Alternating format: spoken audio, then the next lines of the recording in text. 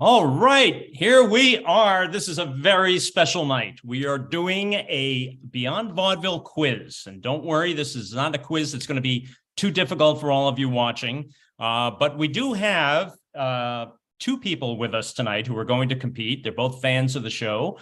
And we also have our quiz master here. And I'll introduce each of them.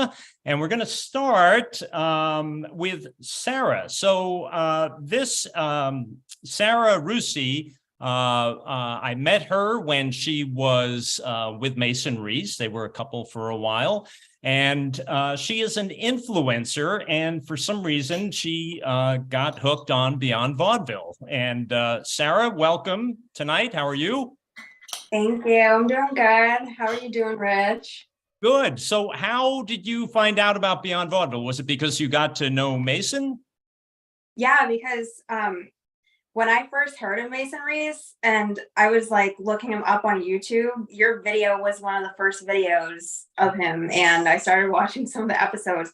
But I remembered the show from MTV. So when I was watching the public access show, like it looked familiar to me. And so I looked up the show, and yeah, like I started watching the episodes, and I reached out to you on Facebook. Right. So you have knowledge. So you knew us from Vaudeville and Beyond Vaudeville. So you expect to win tonight, correct? Hopefully, but Phil's been a fan longer than me, so he might win. So yes, which leads us right to our competitor. So this gentleman has been familiar with Beyond Vaudeville for quite some time. He actually appeared on Beyond Vaudeville on our Halloween episode as one of the trick-or-treaters, and actually wound up on Oddville MTV, where he got married to Cinnamon. They're no longer together, just as Sarah and Mason are no longer together. Clearly, anyone interested in a long-term relationship shouldn't appear on Beyond Vaudeville. It's cursed.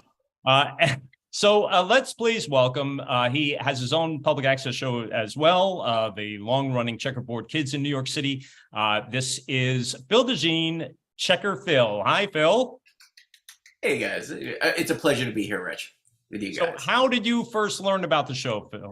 Wow. I learned about this show through Sal Piro, who was also a guest. He was the fan club for Rocky Horror Picture Show president. And when we used to come and answer the fan club mail, and he would always have old episodes of Beyond Vaudeville, and he's like, you gotta watch this show, and he would really and we all became enamored with the show, and all the fan club would go down to the live shows. You would have live shows at Caroline's and stuff like that, where you get to see the performers from the show live in person. It was awesome. Oh, right. So you went to live shows as well. So Sarah, I'm guessing you're getting a little nervous here as you're hearing his background. Yeah. All right. Don't get intimidated. It's okay. And the fourth person with us tonight is he has been involved with Beyond Vaudeville going way back to its very beginnings.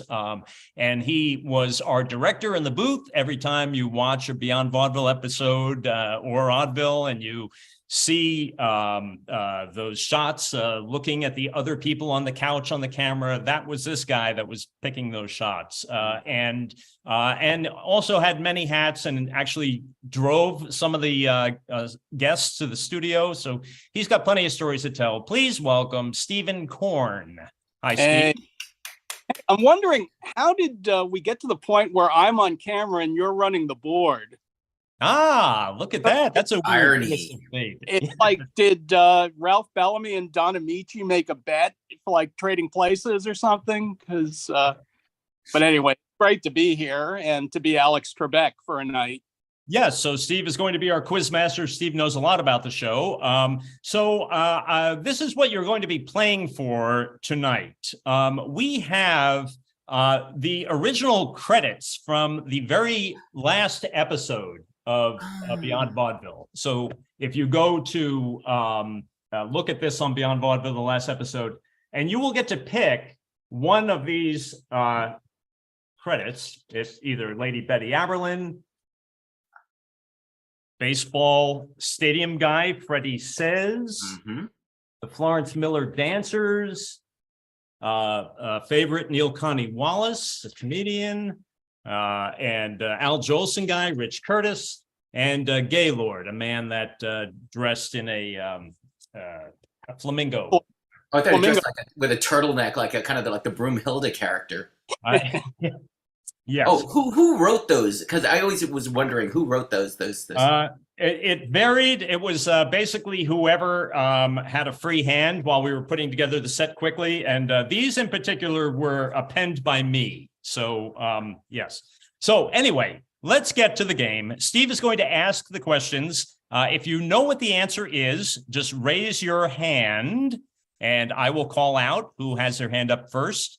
If you raise your hand too early before the question's been fully asked and you don't know the answer, your opponent will get to steal the question. Likewise, if you get an answer incorrect, your opponent will have a chance to guess correctly. We're going to ask 10 questions worth 10 points apiece, and then we're going to ask another 10 questions worth 20 points apiece. Some will be visual clues, some will be multiple choice, right? Hopefully. And then whichever person has the most points at the end of the game will then go into a bonus round where we will ask 10 true or false questions. Are you two ready to play? I'm ready.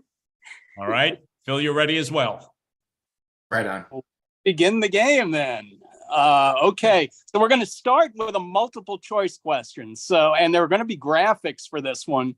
So listen to all the choices before you raise your hand. Here we go. Multiple choice. Who was the only Beyond Vaudeville guest who was born in the 1800s? Was it Al Lewis, Benny Bell, Arthur Tracy, or Larry Storch? Buzz. Sarah. Benny Bell. That is incorrect. Phil? Oh, can I steal? All right. I'm going to go with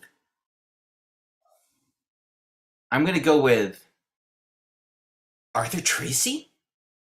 Steve, is that correct? Correct. Arthur Tracy was born in June 1899. And when he was on Beyond Vaudeville for the final time, he was 96. That was in 1996. He died 2 years later at age 98.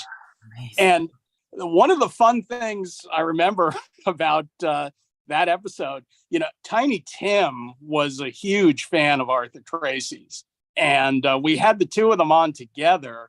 And at Tiny, because I imagine at that point, most of his heroes were described this way.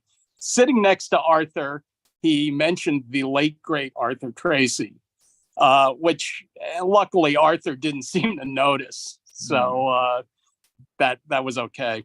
And right. Question number 2. Yes, so let's move on. So this is not a multiple choice. So there were 2 Beyond Vaudeville guests who won Oscars. Can you name one of them? So 2 guests won Academy Awards and somehow wound up on Beyond Vaudeville. Do either of you know one of those 2 people? I see his face in my mind. Remember to raise your hand if you Buzz. have a question. Yes, Phil. Is it Jeffrey Holder? It was not Jeffrey Holder. Sarah, do you know the answer? Mason Reese. Well, Steve, do you have to check that one? Is it possible Mason won an Oscar? I'm pretty sure the answer to that one is no. Okay, so nobody gets a point on that one, and we're going to go to the next question. Well, don't you want the answer? to know the answer? Oh, no, who cares? Nobody knows it. I want to know the answer. Well, they will after this. So the 2 guests who won Oscars were Shirley Jones, who won Best Supporting Actress in Elmer Gantry in 1960. Playing a prostitute. Playing a prostitute, yes. And then Kim Hunter, who oddly enough did not win for playing Zira, but did win Best Supporting Actress for A Streetcar Named Desire in 1952. And she did not win an Emmy for Bad Ronald either, which is, in the Beyond Vaudeville universe, probably a better performance. But okay. So, question number 3. Okay, now this is going to be a multiple choice, sort of. It is a graphic. So here we go. We're going to see some Beyond Vaudeville stand-up comics here. You see 6 photos. Which one of them is Buddy Clayton? Well, he actually wasn't a stand-up comic, come to think of it. But which one is Buddy Clayton? Buzz, What? Yeah. Bill. the guy by the tiki. Correct. That is Correct. correct. I would like to state for the record, I am literally wearing a turtleneck trying to represent Buddy for real. I looked back and I saw some old footage of him, like in his hospital as an older gentleman, like a year or so before he passed, singing still Yes, singing. into his late 90s. That is true. Amazing. Okay, Phil has 20 points. Sarah, 0. Time to pick it up. Let's get going. Steve, question number 4. Okay, so there were 4 Beyond Vaudeville guests who had a #1 hit song on the Billboard Hot 100. And now this is either as a solo artist or as part of a group. Can you name one of them? Buzz, Raise your hand if you know. Phil. Buzz, Rick Derringer. That is correct. Yeah, rock and roll hoochie coo, baby. Yeah. You know- I'm sorry. The song? I was saying rock and roll hoochie coo. Was it? No, it was actually Hang On Sloopy. Wow. As Forgot. boy. Do I lose my But, points? The other guests were Bobby Boris Pickett, who had a #1 with Monster Mash, and Shirley Jones, who had a #1 as part of the Partridge Family with I Think I Love You, Mhm. and Cordettes, who recorded Mr. Sandman. All right. So no Sarah, Monty Rock the third for that one. You know, I looked him up. Sexolettes didn't get it. I thought Get Dancing was a #1 hit, but it wasn't. It peaked at #10. Not in America. Any money But- bet. in another Right. country. Well, we're talking about the U.S. charts. Yeah. Although it was the #1 disco hit in 1974. And also, the other thought I had was Tiny Tim's Tiptoe Through the Tulips, which only got to #17. All right. Sarah, don't give up hope. There are still plenty Yeah. of questions coming. Oh, yeah. Number 5. This is Okay. also for Yeah. 10 points. And again, you're going to see a graphic. Which one of these Beyond Vaudeville guests has a New York City street named after them? And is it Joe Franklin, Jimmy Breslin, Sue Simmons, or Jeffrey Holder? Sarah. I'm gonna guess that it's Joe Franklin. Good guess, but not correct. Phil. It should be, but it's not. I'm gonna go with Jimmy Breslin on this. That is correct. That's correct. Jimmy Breslin Way is 42nd Street between 2nd and 3rd Avenue, which is where the Daily News building is. Mm. But there is another Beyond Vaudeville guest who actually has a street in New York named after them, who is not part of the choices here. But Dave Van Ronk Street is at Barrow and Washington Place. Wow. So we actually have 2 people who are enshrined on street signs in New York in Beyond All right. Vaudeville's. All right, Steve, let's go to question number 6. Hey, question 6. So there was one SNL cast member who appeared as a guest on Beyond Vaudeville. Do you know who it was? God. I know who it was. Me too. I can't remember his name. I can't remember his name either. Hold on, wait. All right. I'm gonna say Buzz. Yes, Phil. I'm gonna say his name was. He does. And Oh, okay. All right, but I will say this: he did Nancy Reagan. That dude. that's correct. He was the first openly gay character on Saturday Night Live. There he is. I'm pointing at him right now, but a fat lot of get that. Sarah, did you know the answer? What? Willie? Okay. It was Terry Sweeney, the guy with the frosted hair there. Yeah, he's Wow. in between Anthony Michael Hall and John Lovitz in the photo. I'm gonna ask how long was homeboy from Iron Man in there? One Robert season. Downey Jr. Yeah, how long was he in Saturday Night Live? Yeah, one season. I think a lot of that cast It's like when only Gilbert was in it. yeah, he was there earlier, but it's a shame we never had Gilbert on Beyond Vaudeville. But He would have been. All right, Steve. Question number 7.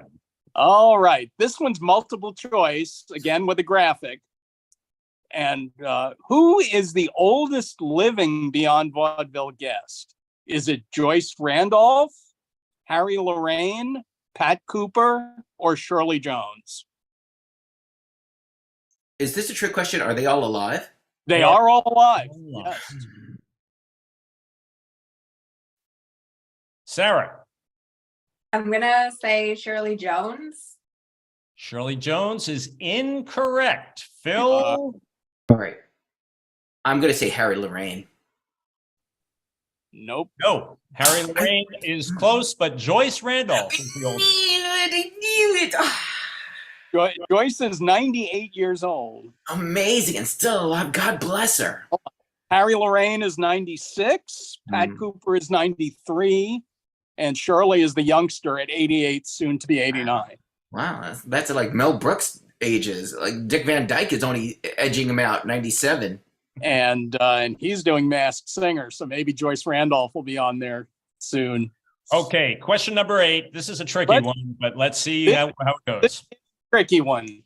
So we're looking for a number here, not who, but the number. How many guests have fallen asleep on camera during a Beyond Vaudeville show? I've ever seen that one hippie guy just passing right out.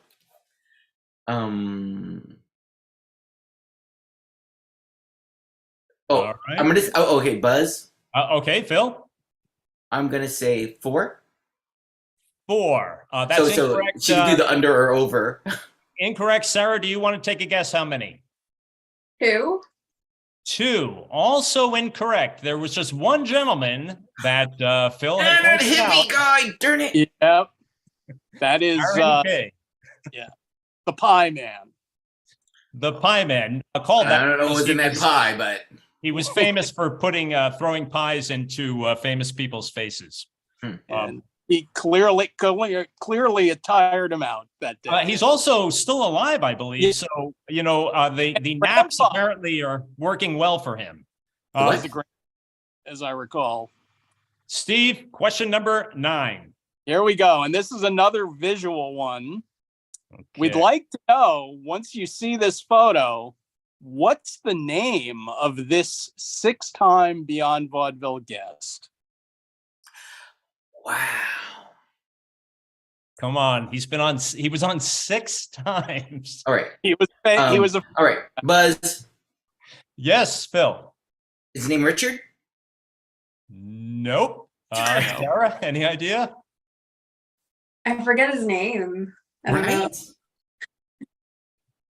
It was Ronald Held. Ronald Hell? Oh my god, I didn't know that. Like He's such a punk rock name.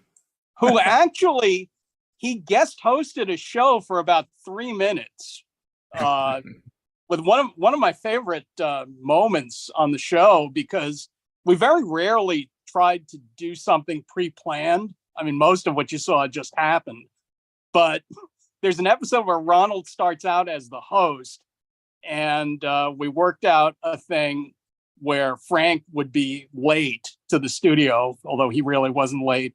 And we worked out a thing where he would hit the backdrop and it landed right on David's head. And then he kind That of was on exploded. purpose? That was on purpose. Yeah. I hate to break the illusion, but it was one of my I thought favorites. it looked like it was on purpose. It actually worked as planned. The thing landed right on David's head. And I believe he then swatted whatever was on the desk. And if he had been bowling, he would have hit a 7-10 split, because he did an amazing thing where the two just jutted off at great angles. So One of anyway, David's many talents. Okay. I remember so- Captain Kirk also swatting him on the head. He was not happy with that one. yeah, he never liked being hit by backdrops. Or No. snow. I remember the Yeah, Christmas no, one. no. That was nice. Okay, No. Bill is in the lead with 40 points. This is our last 10-point question. Sarah, there are going to be plenty of opportunities to catch up with the 20-point questions, so fear not. Steve, question number 10. Yeah, interestingly, this is a David Green question after we just mentioned Dave.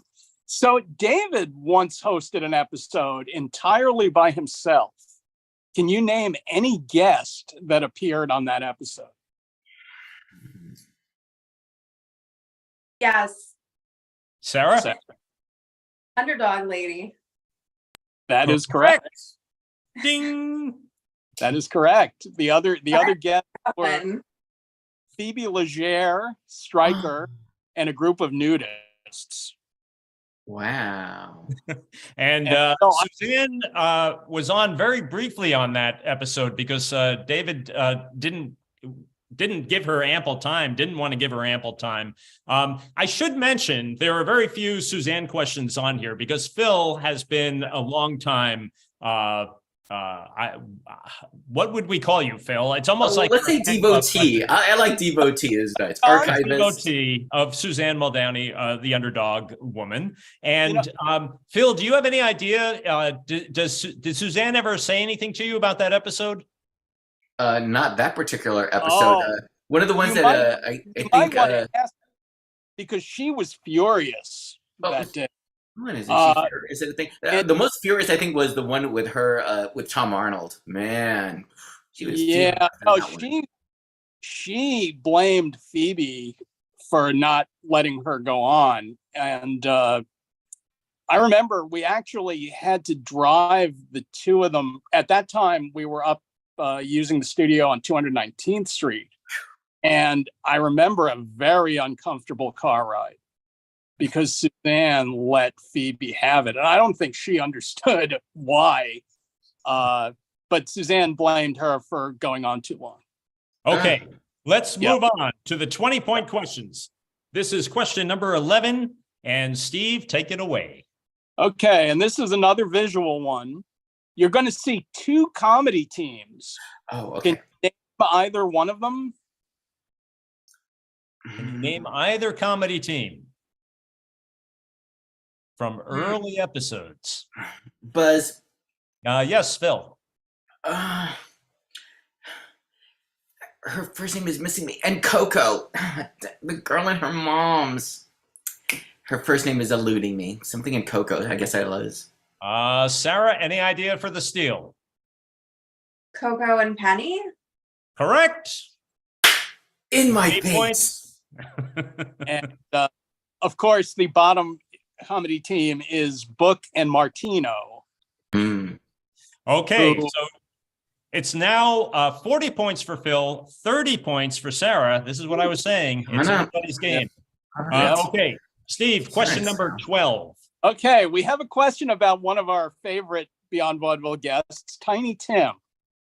And now Tiny once shared some dental hygiene tips on a Beyond Vaudeville episode. Can you give us two of his recommendations for dental care? Sarah?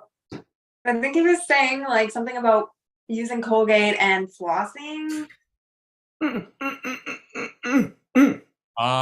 Using Colgate. He did not say using Colgate. And I think we're going to have to give this to Phil for a steal. Crest is his jam. He would use that little powder first and then use Crest afterwards. And he also recommends with your toothbrush, you have to have the one with the little thing that sticks out of the tooth so you could massage your gums, because massaging your gums is so important. That is correct. So Steve, I don't think he specified a brand, did he? He specified Crest. He really did. He may have actually. He did. We didn't put Crest on the answers, but I think he may have. Okay. He definitely recommended the gum tip and the tooth powder with toothpaste. So I think that's acceptable. Okay, I'm going to go with that. And so that's 20 points for Phil. And question number 13. Okay, this is going to be multiple choice. No? Oh, yes, it is. I'm sorry. Yes. Yeah. So in 1993, inventor Jack Marchand was on Beyond Vaudeville, and he was promoting a futuristic concept that actually became reality? And here are your 4 choices. Was it the smartphone, the iPad, TikTok, or battery-operated cars? Sarah. Is it a battery operated car? Ding, correct for 20 points. And actually, Rich, do you have the graphic that Yes, let me call that up. We have a picture of him when he was on the show, and he was with the late Larry Storch. And there he and you is. can see on the right, I assume this was what he showed investors. Well, you can see why he got aced out of the electric car market if this was what he was showing to He's people. showing the street rag? he used to sell those on street corners, and those were all his ideas and inventions. And yeah, and that's where we met him. Okay, let's go, Steve. Question number 14. All right. So early on in Beyond Vaudeville, we had a resident movie critic named Kevin Kalia, and he had a dummy sidekick. Do you remember the dummy? Phil. Bub. Bub is correct. Bub always talked like this. That's right. And All right. Let's he jump to inspired question 15. hanger Glenn and his friend Flub. Yeah, that Flub, I don't know. When Flub and the homeboy were arguing over who would get Tina Yothers, I was just like, I was getting some vibes over here. That did not age well. Yeah, I don't think either one of them did actually. But All right, Steve, next question. okay. So one of the most memorable Beyond Vaudeville guests was Tom Arnold. And on his appearance, he mentioned what he did the night before. Do you remember what he said he was doing? Sarah. He went to Scores. That is That is correct. Not is just any strip club. He went to Scores. That is correct. It was a bachelor party. All right. And he made it to the studio the next day. Steve, So here we go. question 16. Okay, there's going to be a visual on this one, or I don't know. I don't know if we need it. I think. Okay. Well, yeah. Okay, I'll bring it up. Yeah. Okay. There was an episode where David faced off against some Foxy boxers. Do you remember the name of the Foxy boxing organization? Bill. Oh, is it Joe Marks? No. Sarah, do you know for the steal? Billy Dean's Foxy Boxing. Can you be more specific? Oh, okay. I don't know. Steve, what do you think? I mean, you got the name of the promoter. That's actually, that's half of it. Can we do a half point, or I don't know? Should I give the answer? We'll award the points, and the answer, the full answer is Billy Dean's Knockouts. Oh my God. But Billy Dean is a large part of the answer, so I think that's fair. all right. We now have Phil with 80 points, Sarah with 90 points. It's a close game here. Okay. So here we go. Now, do we all remember frequent Beyond Vaudeville guest M. Vincent Hayes? You know, he appeared several times claiming that a famous person had secretly been murdered. Who was that person? Phil. Marilyn Monroe. Correct. Yes, indeed. 20 points for Phil. All right. All right. One member of the Brady Bunch appeared on Beyond Vaudeville. Who was it? Buzz. Phil. Barry. Barry Williams. Barry Williams. Correct. Yes. What a day. All right. Charging ahead. Yes. Okay. So which Beyond Vaudeville guest had an album called The Pope Smokes Dope that was produced by John Lennon and released Apple David Records Peel. too? David Peel is correct. 20 more points for Phil. This is the final question. Question number 20. All right, here we go. This one is about Trayman, one of our favorite Beyond Vaudeville guests. Now, Trayman liked to dance with trays on his head. There was something else he liked to put on his head when he danced. Phil. What? Scarves. Scarves is correct.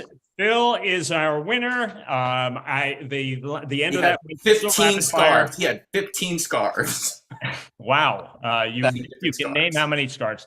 Yeah. Sarah, I'm sorry you didn't win this one, but you really made a pretty good go of it here. It was close. Yeah, and but stick with us if you can. And we're just going to now ask Phil the 10 true or false questions.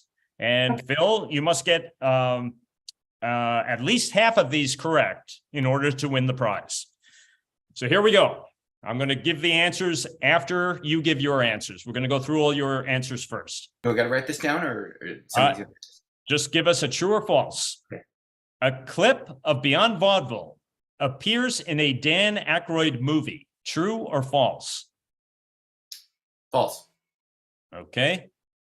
A clip of Beyond Vaudeville appears in a Pauly Shore movie. True or false? False. Okay. Donald Trump once appeared on Beyond Vaudeville. False. Joey the Monkey once pinched Al Lewis on the butt outside his New York City restaurant. I hope so. True. Underdog lady Suzanne Muldowney has an intense fear of balloons. True. Tiny Tim once took a cat bath in the studio bathroom using his own paper towels. Oh, true. Betty Aberlin from Mr. Rogers' Neighborhood once stole a Beyond Vaudeville puppet. False. Joey the Monkey worked in the adult industry. False. David Green once went on a date with senior rapper Fruity Nutcake. False. Professor Erwin Corey dressed conservatively for his Beyond Vaudeville appearance because he was on his way to a bar mitzvah after the show. True. Okay, here's how we did. A clip of Beyond Vaudeville appears in a Dan Aykroyd movie. That is true. The movie Celtic Pride, which was written, Steve, by Judd Apatow. Judd Apatow, an early Judd Apatow movie. Yes. You got that one wrong. Clip of Beyond Vaudeville appears in a Pauly Shore movie. That is false. You got that right. Donald Trump once appeared on Beyond Vaudeville. That is false. You got that right. Joey the Monkey once pinched Al Lewis on the butt outside his New York City restaurant. That is true. He was not dressed as Joey the Monkey, but he said we were with him, and he said, you know what? Because Al Lewis always stood outside his restaurant to greet people. He said, I'm going to go pinch his butt. And he went up and pinched his butt and ran. Underdog lady Suzanne Muldowney has an intense fear of balloons. As you know, this is true. Tiny Tim once took a cat bath in the studio bathroom using his own paper towels. That is false. What? Got that one wrong. I'm shocked. But very believable and plausible. Right. Betty Aberlin from Mr. Rogers' Neighborhood once stole a Beyond Vaudeville puppet. That is false. We know Betty would never do something. She's not about that teething life. Joey the Monkey worked in the adult industry. You said that was false, correct? Yes. It actually was true. What? John Walsh worked for Al Goldstein at Screw. He worked for Bob Guccione at Penthouse. And Steve, who else? He worked with yeah, what was that? I think the Jeopardy winner. This is crazy. How does that all come out of one person? He was an editor at Jugs, actually. Yeah, right. Yeah. David Green once went on a date with senior rapper Fruity Nutcake. That's false. You got that right. And Professor Erwin Corey was on his way to a bar mitzvah after the show. That was true. You did very well tonight, Phil. Do you have a choice of one of these Oh, Lady Betty Aberlane, that is mine. Lady Betty. Okay, it's all yours. We're going to Thank send you. that out to you. Right on, right on. I want to thank everybody tonight for participating in this. I hope this was fun for viewers. It was fun for us. Sarah, what's ahead for you? We barely got to scratch the surface on you're a very popular influencer. I'm sure you have plenty of your fans watching tonight. And how big is your following at this point? I have 392,000 Instagram followers. So that's my biggest platform. God bless you. I'm at like 53,000. So 392,000, that's about 391,800 more than we have, I think, on Instagram right now. But we're going to catch up. Yes, you'll get there. I think it's because I don't wear that many clothes. So maybe if you didn't wear clothes. See, Rich, you got to get with the thirst traps. Come on now. Yeah. You posted Leona Harlow's reel. Maybe that she was the elderly stripper who we had on. I don't think that's going to quite do it, Steve. Some people are into it. Some people are very into it. Yeah. Give it a try. Okay, and Sarah, anything else up for you, or everyone should just be checking out your social media? Anything else in the works? I'm going to be filming a show in a couple weeks. I'm going on a blind date. It's going to be for this show. It's a web show, and it's the same producers as Love Don't Judge.